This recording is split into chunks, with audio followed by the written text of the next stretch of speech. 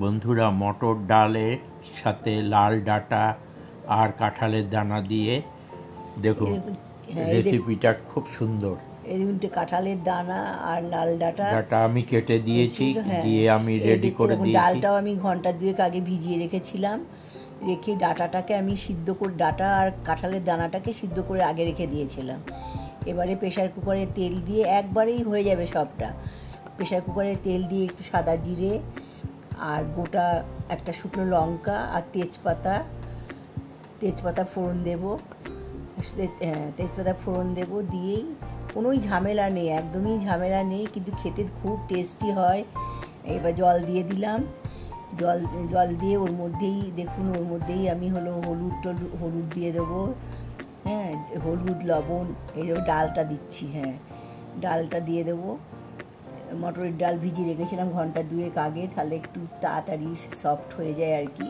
জিনিসটা একটু হলো দানা একটু হলুদ দিয়ে দিলাম, হাফ চামচ মতন হলুদ দিলাম, আর একটু লবণ দিয়েছি।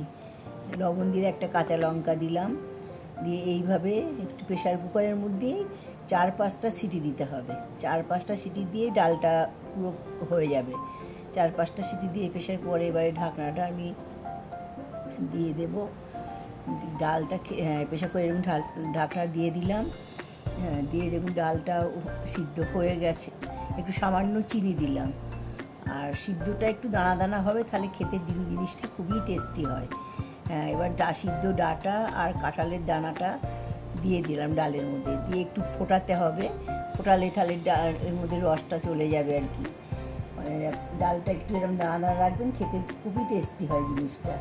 সামান্য একটু চিনিও দিয়েছি, আর লঙ্কা আমি 100 গ্রাম এখানে ডাল নিয়েছিলাম। দেখুন ডালটা ফুটে গেছে পুরো, জিনিসটা কালো হচ্ছে দেখতে, যেহেতু কাঁঠালের দানা আছে ওই জন্যই কালো হয়েছে, কিন্তু খেতে অপূর্ব হয়। একবার হলেও আপনারা ট্রাই করে দেখবেন।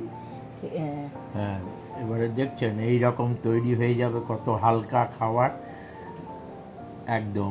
বন্ধুরা, কেমন লাগলো? বন্ধুরা, এটা একটা স্বাস্থ্যকর খাবার, খুব ভালো লাগবে খেতে। তো কেমন লাগলো? আশা করি ভালোই লেগেছে। তো আগামী ভিডিওতে আপনারা নতুন হলে পরে লাইক সাবস্ক্রাইব করে রাখবেন।